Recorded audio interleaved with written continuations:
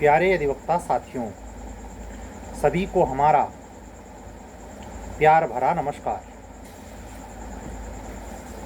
जैसा कि आप लोगों ने हमारे ही द्वारा बोले गए सुबह के वीडियो से ये सूचना पा ही लिया होगा कि जूनियर डिवीज़न का जो विवाद चल रहा है उसकी तारीख पेपर में प्रकाशित 4 सितंबर 2024 तक मसला जो है टल गया है। बहुत ज़्यादा अंतर नहीं है, एक हफ्ते का अंतर दिया है, 28 से 4 सितंबर। उस तारीख पर ही हला भला हो जाए, उस तारीख पे ही हला भला हो जाए।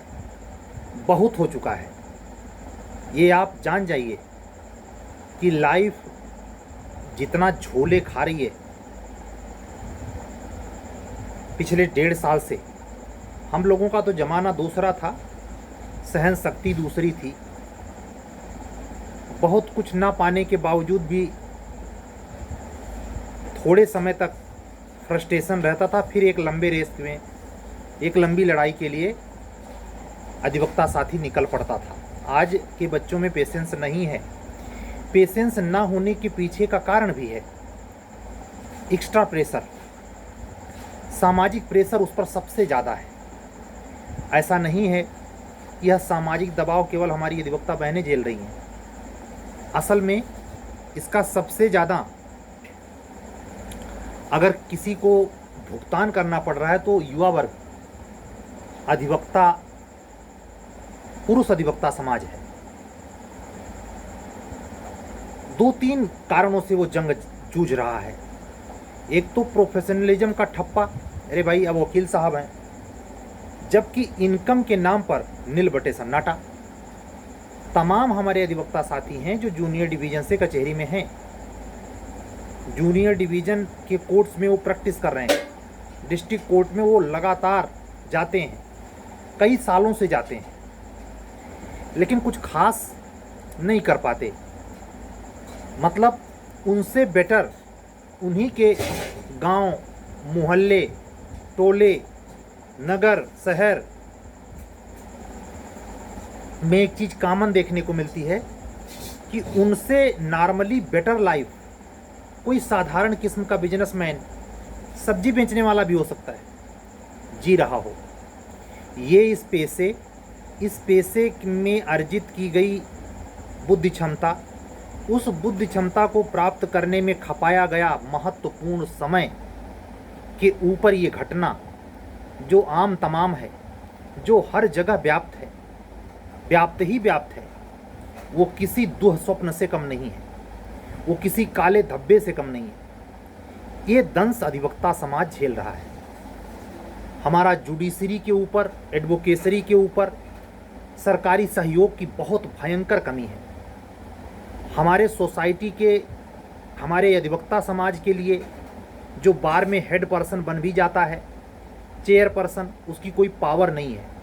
यूएनओ जैसी संस्था जो केवल एडवाइजरी बॉडी बन के रह गई, जो विश्व की सब सर्वोच्च संस्थाओं में से है, वैसे न्यायिक सेवा की तमाम जिला बार की अपनी अपनी स्वायत्तपूर्ण इकाइयाँ हैं। हर जिला बार और उसका बार कमेटी सेल, वैसे ही हाई कोर्ट्स बार, कुछ खास पावर जनरेट नहीं होता उनमें। आपको यह जानकर बहुत ही दुखद एहसास होगा कि इतने डिस्ट्रिक्ट हैं, 75 जिलों की 75 बार में से शायद ही कोई बार का प्रेसिडेंट हो जो अपने अधिवक्ता समाज को, अपने अधिवक्ताओं को पढ़ने, प्रैक्टिस करने या वाकई में उसके मेहनत के मेहनताने के लिए सोचे। असल में जो प्रेसिडेंट या मेंबर या गवर्निंग काउंसिल इत्यादि पदों पर चुन लिया जाता है, वो जब तक साल भर रहता है उसकी अपने ही पेट पालने में उसकी ज़िंदगी गुजर जाती है। इससे अधिक वो कुछ कर नहीं सकता। इतना बड़ा बजट होता नहीं, मतलब खस्ता हाल ज़िंदगी। ऐसे में जो लीगल सेल में काम कर रहा प्राइवेट प्रैक्टिशनर्स है या ऐसे मल्टी टास्क काम करने वाली कंपनियों में वो लीगल एडवाइज़र है, बहुराष्ट्रीय कंपनियों में लीगल एडवाइज़र है, या ऐसे फर्म में काम करता है जिसके एक मुकदमे की सुनवाई में लाखों इनकम हो सकती है, वो उससे बेटर है। तमाम प्राइवेट लिमिटेड कंपनियां अपने लीगल सेल रखती हैं, उनके भी मुकदमे होते हैं, उनसे जुड़े मसलों के हल करने के लिए पूरी वो वकीलों पर अच्छा खासा वेतन खर्च करती हैं, प्राइवेट सेक्टर की कंपनियां।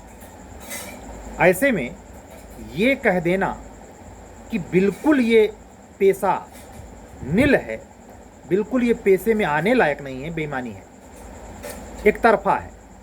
लेकिन ये सच्चाई है। उत्तर प्रदेश के अपने 75 जिलों में गिने चुने 2-3 जिलों को छोड़ दिया जाए तो टोटल डिस्ट्रिक्ट कचहरी में यही आया राम गया राम वाला हाल है।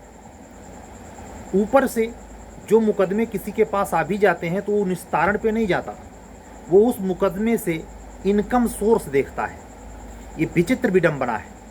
जिस पैसे में आप सेवा भाव के लिए उस क्लाइंट को जिसका मुकदमा आपने लिया उसके अंतिम निस्तारण के लिए जुड़ते हैं, आप कहीं ना कहीं कुछ ही समय उपरांत उसकी मौजूदगी और गैर मौजूदगी कोई प्रभाव नहीं रखती। आप केवल अपने आत्मनिर्भर के लिए सोचते हैं। इसका भयंकर दुष्परिणाम हुआ है। आने वाले 25 साल में क्या अधिशासी अधिवक्ता हो, क्या एडीजीसी हो, क्या प्राइवेट प्रैक्टिशनर्स हो, क्या प्रोसिक्यूशन ऑफिसर हो, क्या सीनियर मोस्ट प्रोसिक्यूशन ऑफिसर हो, क्या उसी कोर्ट में काम करने वाला जूनियर डिवीजन का ऑफिस का कोई कर्मचारी हो, स्टोनो हो, अदालती कार्रवाइयों से जुड़ा हर व्यक्ति ऐसे नजर आने लगा है जैसे भूजा छोर है। वहाँ जो क्लाइंट जाता है, जो आम आदमी जाता है, जो रोजमर्रा के जीवन में झेलता है मुकदमे जिसके हैं, वो सम्मान की दृष्टि से नहीं देख रहा है। वो ऐसे पाता है कि मैं फंस गया, मैं ठगा गया, मेरे साथ चीटिंग हुई। और आप सोचें, इसी पैसे में पावर के चलते आप जाने के लिए आमादा हैं। आपकी मनोवृत्ति कुछ भी हो सकती है। कुछ को केवल पद दिखता है, कुछ को केवल पैसा दिखता है, कुछ को ही शायद होता हो कि निर्णय भी दिखता हो, आदेश भी दिखता हो, सेवा भी दिखती हो। ये सब आदर्श की बातें रह गई हैं। ज़्यादातर पैसा और पद की लालच में आदमी इधर घूमता है। जब उसको मिल जाता है, चाहे जैसे येन केन प्रकारेण जब वो प्राप्त कर लेता है, तो उसकी जो मनोदशा होती है वो बिल्कुल सेवा भाव से इतर, सेवा तो अरबों मील दूर है, वो केवल एक मिशन पे काम करता है। काम अगर करेगा भी तो बगैर पैसे के नहीं करेगा, अगर करना चाहता भी है तो उसके सीनियर और जूनियर और अतिरिक्त ऑफिसर्स जो उनके अधीनस्थ वो काम करता है वो करने नहीं देते।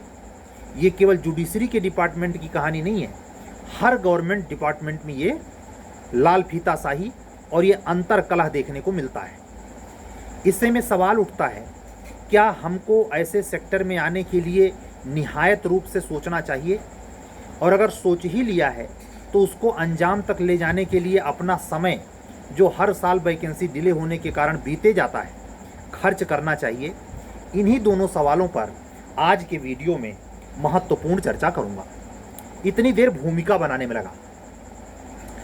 आप इस बात को 2-3 चीज़ों से तौलेंगे। अगर आप उस खांचे में आते हैं तो ऐसा सोचेंगे, अन्यथा दूसरे तरीके से जो मैं लास्ट में बताऊंगा उस हिसाब से आप सोचेंगे। कैसे? पहले पॉइंट को ध्यान में ये दें, अगर आपका जन्म ऐसे परिवार में हुआ है जो ऑलरेडी जुडिशरी के फील्ड से आता है, यानी दादा, बाबा, चाचा, नाना या रिलेशन में भी कोई अच्छे पोस्ट पे रहा है। पोस्ट के अंतर्गत हम जब कहें तो आप सीनियर मोस्ट अधिवक्ता की बात नहीं कर रहा कि लंबे समय तक वकालत चलती थी और बहुत बड़ा बंगला इलाहाबाद में है, नहीं। हम जुडिशरी के पोस्ट की बात कर रहे हैं, चाहे जूनियर डिवीजन या एचजेएस या प्रोसिक्यूशन ऑफिसर। यानी ऐसा व्यक्ति जो न्यायमूर्ति तो नहीं बन पाया लेकिन प्रतियोगिता निकाल पाया है। क्यों? क्योंकि मैं आपसे जो पहले पॉइंट पर बात करने वाला हूँ वो प्रतियोगिता है, वो कॉलेजियम या एक्सपीरियंस की लड़ाई नहीं है। इसलिए इस मुद्दे पर वहाँ बिल्कुल कट करके सोचें कि हाई कोर्ट में बार से कोई पद पाया हुआ व्यक्ति, आपके मौसा, आपके फलाने ढिमका, बड़े लंबे तमक हाई कोर्ट में बड़े नामी गिरामी वकील थे, नहीं। ये इस मामले में इम्पोर्टेंस नहीं रखते। रखता कौन है? जिन्होंने जुडिशरी को नज़दीक से एज ए कम्पिटिटिव माइंड जिया हो, जिन्होंने 4-6 साल कंपटीशन में अपने आप को खपाया हो, जो कंपटीशन को अपने ही ज़माने में सही लेकिन जानता हो भले कंपटीशन से उसने सफलता प्राप्त न की हो। अगर ऐसे परिवार में कोई व्यक्ति किसी जुडिशरी के पोस्ट में जूनियर डिवीज़न में चयनित होकर अपर जिला जज या और न्याय विभाग में उत्तर प्रदेश सरकार में ड्यूटी किया हो, तो ये एक महत्वपूर्ण पहलू है कि इस परिवार में जन्म लेने से आपको ये फैसिलिटी तो ज़रूर मिल जाएगी कि आपको अनुभवहीनता जो ऑलरेडी हर बच्चे में होती है, जो हमारे एकेडमिक रूप से जो पढ़ने वाली संस्थाएं हैं, पढ़ाने वाली संस्थाएं हैं, लॉ कॉलेज हैं, law honours college, English medium के कॉलेज की बात कर रहा हूँ, उसमें दकियानूसी शिक्षा भी व्यवस्था, ऊपर से है कि लौकी है तितलौकी, दूसरे चढ़े नीम की डाल, एक तो लाल फीता शाही और दूसरे खुद अधिवक्ताओं का इमेच्योर माइंड जो अधिवक्ता बनने के श्रेणी में पहले सेमेस्टर की परीक्षा देने जाता है, चाहे 5 साल का LLB हो चाहे 3 साल का। आप ये महसूस करेंगे अपने एकेडमिक पीरियड के लचर पढ़ाई लिखाई के कारण आपको नौबत आती है लॉ पढ़ने के लिए कोचिंग का हेल्प लेने की। और आज के ज़माने में कोचिंग की तो मार देख ही रहे हैं। XYZ कोई भी आपके हित की नहीं सोचता। अगर वो कोचिंग खोल रखा है तो उसका सीधा सीधा फंडा है अपने इनकम और अपने फ्यूचर को सिक्योर करना। आप उस बीच में आ जाते हैं, बात दीगर है, और आपका रिश्ता उसका तब तक रहता है जब तक आप पैसा पेमेंट नहीं कर देते। पैसा पेमेंट करने के बाद उसकी जिम्मेदारी बिल्कुल सतही होती है, उधेड़ बुन वाली नहीं, वो नेक्स्ट टारगेट पे लग जाता है। इसीलिए आज के समय में जहां ऑनलाइन शिक्षा की प्रासंगिकता भी है और ऑनलाइन शिक्षा के बहुत भयंकर खतरे भी हैं, उसमें अनुभवहीनता के आधार पर कंपटीशन की तैयारी के लिए एकेडमिक पीरियड में की गई घोर लापरवाही कोड़ में खाज का कार्य करती है और अंततः आपको हार मिलती है। बार बार प्रीलिम्स नहीं होता।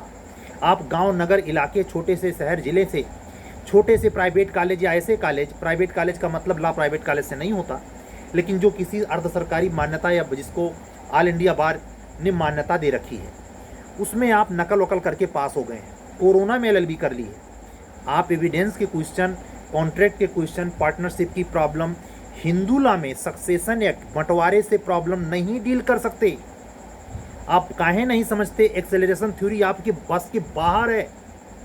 और आप क्या समझते हैं, आपको केवल ये रटने के लिए या थ्योरी जो मैंने बोली ये केवल विशेष वैशिष्ट प्रकट करने के लिए नहीं, इसके केस आएंगे महाराज।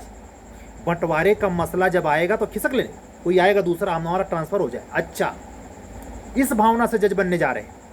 यही हालत कर रखी है 2015, 16 और 18, 22 वाले बैच। 22 का तो भी रिकॉर्ड नहीं आया है, लेकिन 18 वालों का रिकॉर्ड चल रहा है 610। उसमें से लगभग 35 से 45% बिल्कुल नील बटे सन्नाटा आज भी हैं।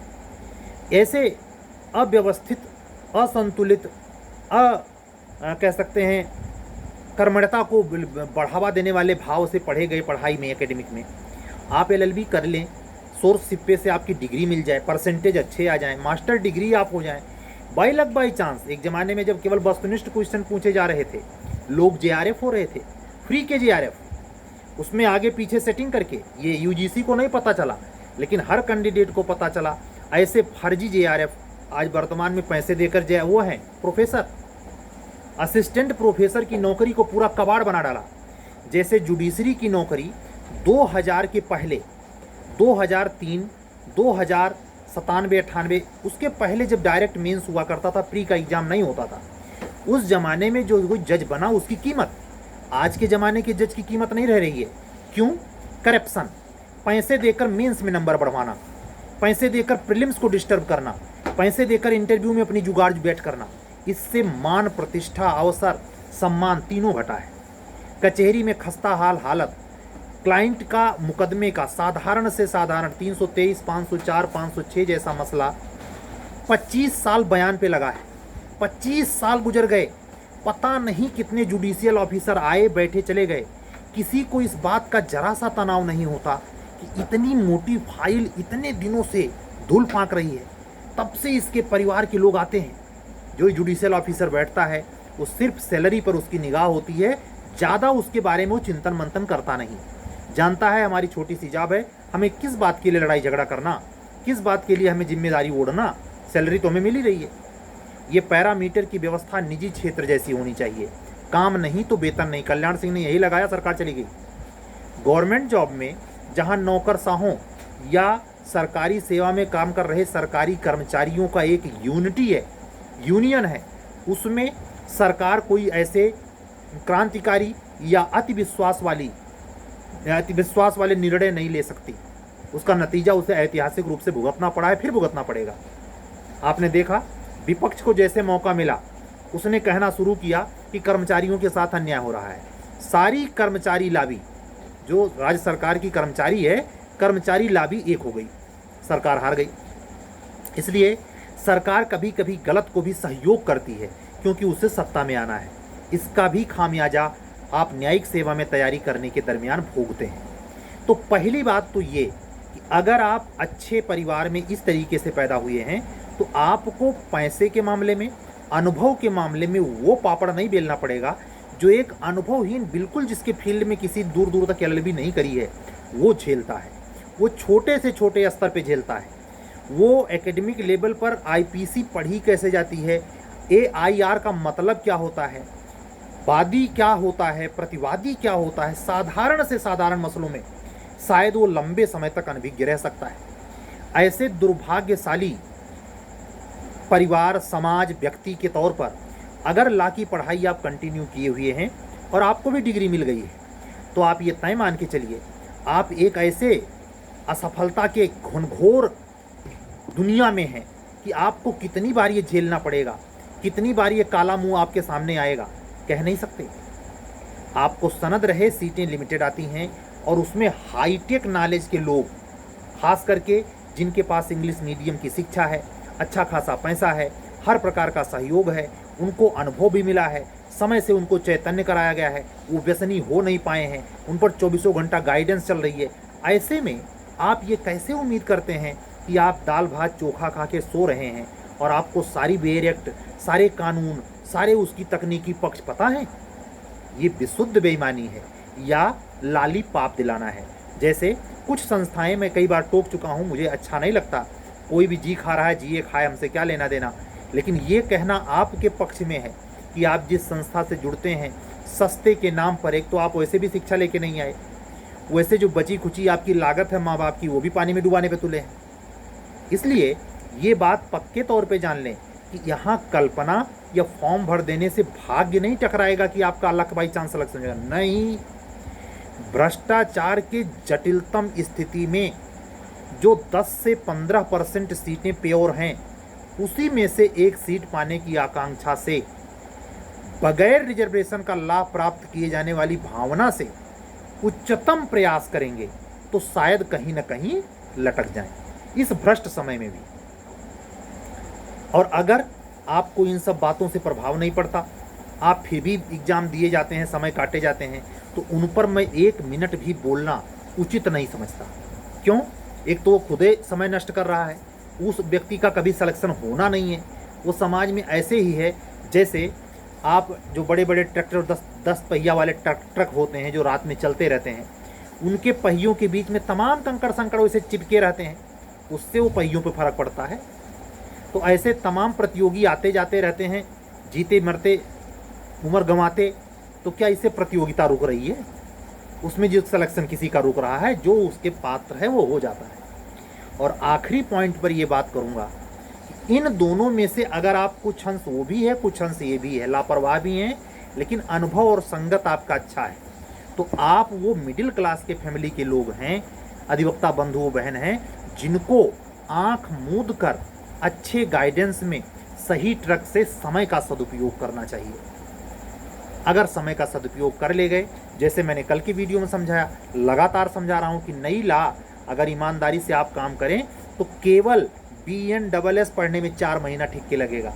अगर आप पर्सनलाइज्ड करके प्री और मेंस के नोट्स पे काम करें और आपको लगता है कि क्यों वैकेंसी नहीं आई, अरे अब कब आएगी, अब कब आएगी, ये रोना गाना बिलाप करना, स्यापा करना आपको सिलेक्शन के दायरे में नहीं रखता। बहुत बार बार पता करना, कितनी बार कहूँ, लेकिन ये भी मैं महसूस करता हूँ कि जैसे ये सुगबुगाहट होती है, क्योंकि संख्या बहुत भारी है, जो लोग वेट कर रहे हैं, जो पिछले 2022 के एग्ज़ाम में प्रीलिम्स नहीं निकाल पाए हैं, कुछ ही नंबरों से सही, लेकिन हो नहीं पाया। उनकी तड़प, उनकी कशिश में, उनके सहानुभूति में हम साथ हैं। लेकिन आप इसका ये अर्थ यह भी न लगा लें हम साथ हों या ना हों, वो आपकी ज़िंदगी का पक्ष है। मैं सिर्फ इतना कहना चाहता हूँ कि अगर आपने पिछले एग्ज़ाम से सबक लिया है और आपका मनोविज्ञान इस बात पे कायम है कि आने वाले कुछ दिनों में एग्ज़ाम वैकेंसी आएगी और एग्ज़ाम होगा, तो आपकी ऊर्जा उधर न बहकर, जिसमें वैकेंसी को पता करने के संदर्भ में सोचना है, बल्कि इधर बहना चाहिए कि आपने नए संहिता का कितना सिलेबस पूरा कर लिया।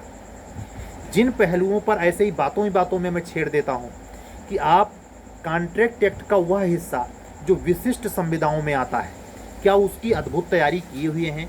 एजेंट वाले चैप्टर के कर्तव्य दायित्व तो पूरे फॉर्मेट आपको पता है? ट्रस्ट में खैराती न्यास हो या हिताधिकारियों के अधिकार हो, न्यासधारियों के अधिकार दायित्व हो, इसके सेक्शन विद केस ला याद हैं क्या? आप हिंदू ला में विवाह, तलाक और मेहर को छोड़ दें, जो आप अनइम्पोर्टेंट या ऐसे समझते हैं कि ये नहीं पढ़ेंगे तो भी चलेगा, क्या उसकी वैशिष्ट या विशिष्टता आपको हासिल है क्या? क्या आप प्रीलिम्स लेवल पर यूएनओ चार्टर और अंतर्राष्ट्रीय न्यायालय की संहिता लाइन बाय लाइन जुबान पे कर चुके हैं क्या? क्या आप जूरिस्प्रूडेंस के सारे लीगल थ्योरी, सारे लीगल स्कूल पर आपके स्पेशल अपने हाथ के नोट्स हैं क्या? अगर ये सब नहीं हैं तो आपका सिलेक्शन काहे होना चाहिए? किसी संस्था से जुड़कर और उसके पाखंडी ड्रामे में फंसकर? लाइव क्लास में जो मूर्ख बनाता है वो कभी आप इसका इल्म भी है आपको कि आप जब सेल्फ स्टडी करते हैं तो कितनी कीमत है अपने किताब की, अपने किताब पर किए गए अंडरलाइन की? वो लाइव क्लास लेके जो आप तसल्ली लेते हैं कि आप बहुत बड़े वहाँ कैलिफोर्निया रिटर्न बैरिस्टर बन के आए हैं, आपकी हग्गी बग्गी गुल्ल हो जाती है जब आपको 2 महीना बाद मेंस लिखना होता है। यक्को लाइव काम नहीं आता। काम आता है अपने हाथ से लिखा, अपने हाथ से रगड़ा गया हर वह प्रयास जो नोट्स के तौर पर, स्मृति के तौर पर और विशिष्ट तौर पे कहूँगा आपके स्वयं के आत्मबल के तौर पर पनपता है। आप इसका तो फर्क पड़ते नहीं, आपको हर कोई डेमोलाइज कर देता है। कोई उधर समझा के गया, कोई उधर पीछे भागे चले जा रहे, कोई उधर समझा के गया, कोई उधर पीछे भागे चले जा रहे। तो जब आपका चित्त अस्थिर है तो ये साधारण तीनों परीक्षाएं नहीं है। मैं बात सिर्फ उसी की कर रहा हूँ जो करप्शन के माध्यम से नहीं, बगैर करप्शन से इस करप्शन के जटिल समय में भी हो जाती हैं। मैं सिर्फ उन्हीं के लिए रोज़ बोलता हूँ। ये मेरे चैनल का उद्देश्य नहीं है कि आपको यहाँ से भ्रष्टाचार के लिए प्रेरित करूँ या भ्रष्टाचार के बारे में कच्ची बताकर आपको प्रेरित करूँ कि आप भी रिश्वत लेके लाइन में लग जाइए। मैं तो यहाँ से जितना कंडेम हो सकता है उतना करता हूँ। यह भी आपको दिलासा ज़बरदस्ती का नहीं, स्वभावतया दिलाता हूँ कि अगर आपको फाइनल के तौर पर आपको निठल्ले रह जाना पड़े, इस सेवा में सक्सेस ना मिले, तो आप ना करिए, लेकिन करप्शन से मत आइए। आप योग्य हों, आपने परीक्षा के तीनों मानक पूरे किए हों, तो आप बिल्कुल हकदार हैं, आपके लिए ही ये पद बना है।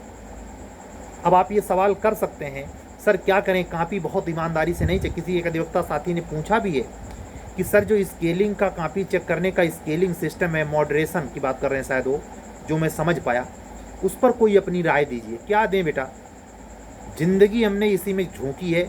आपके सामने मैं मौजूद हूँ।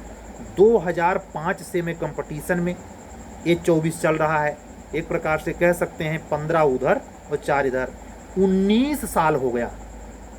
आप सोच लीजिए इतने में तो कितने लोगों का काया पलट हो जाए, और कोई स्टेट बचा नहीं है जहां मैं गया ना हूं। एक बार नहीं, कम से कम मिनिमम 6 से 8 बार। झारखंड हो, राजस्थान हो, मध्य प्रदेश हो, छत्तीसगढ़ हो, बिहार हो, उत्तराखंड हो, कोई स्टेट बाकी नहीं है। इसलिए ये जो आप अनुभव से बातें सुनते हैं और उसमें आपको गांभीर्य नज़र आता है, वस्तुस्थिति सच्चाई के निकट आती है, वो सड़क छाप नहीं है। बहुत सारे चैनल हैं, वो बड़े सलीके से आते हैं, कोट पैंट टाई पहन के, और वो एकदम दिखाते हैं कि हम सिर्फ लाकी ही बातें करते हैं, फालतू नहीं। हमारी बात उनके दृष्टि में फालतू की भी हो सकती है, इसमें मुझे कोई ताजुब नहीं करता। लेकिन आप उसे फालतू का नहीं मानते।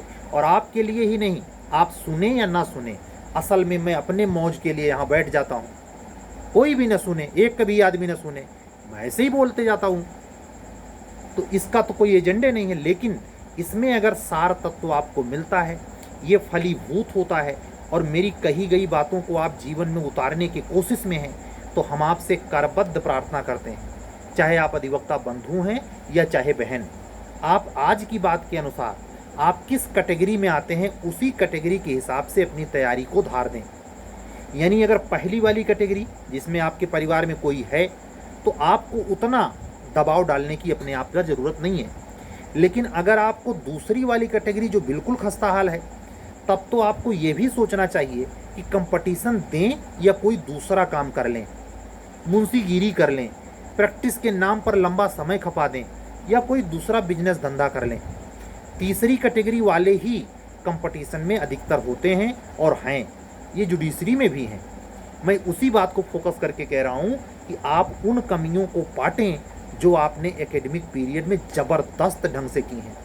आप उसको यहाँ कोचिंग की दुनिया में भी फिर से रिवाइज्ड न करें। सड़ी गली कोचिंग में सस्ते के नाम पर, हमारे यहाँ सबसे सस्ता है, कुछ वाहियात मैं नाम नहीं लूँगा, कोचर जो अपने आप पर ये दावा ठोकते हैं हमारे यहाँ सबसे सस्ता है, हम सबसे कम फीस रखते हैं। अरे तुम पढ़ाते का हो, वहाँ क्वालिटी चेक होगी, सबसे सस्ता नहीं। अपने दादा बाबा आजा से, अपने पुरखों से तो सुना होगा ना कि सस्ता रोए बार बार, महंगा रोए एक बार। इसका अर्थ यह भी नहीं कि हर महंगी कोचिंग नंबर 1 की है, उसका नुकसान फ़ायदा हर सेक्टर में होता है। हर सेक्टर में मिडिल, हाई, लो दलाल ही दलाल हैं। उन दलालों से बचना, अपने आप को बचाना एक कुशलता की निशानी है। बिल्कुल निराश नहीं होंगे आप लोग। 4 तारीख को सुनवाई होने जा रही है, अच्छे मनोभाव रखिए, सारे लोग मिलकर अच्छी वृत्तियां प्रेषित कीजिए। है डिप्रेस नहीं, हमने महसूस किया कि आज की वीडियो के बाद आप लोग थम गए, डर गए, ऐसा साफ साफ फील किया, सहम गए। ऐसा कतई न सोचें। अरे याचिका है, कोर्ट की प्रोसीडिंग है, दोनों पहलू होते हैं, निगेटिव और पॉजिटिव। पॉजिटिव ये कि 4 तारीख को कोई ज़बरदस्त जजमेंट आ जाए, ऐसा भी तो सोच सकते हैं।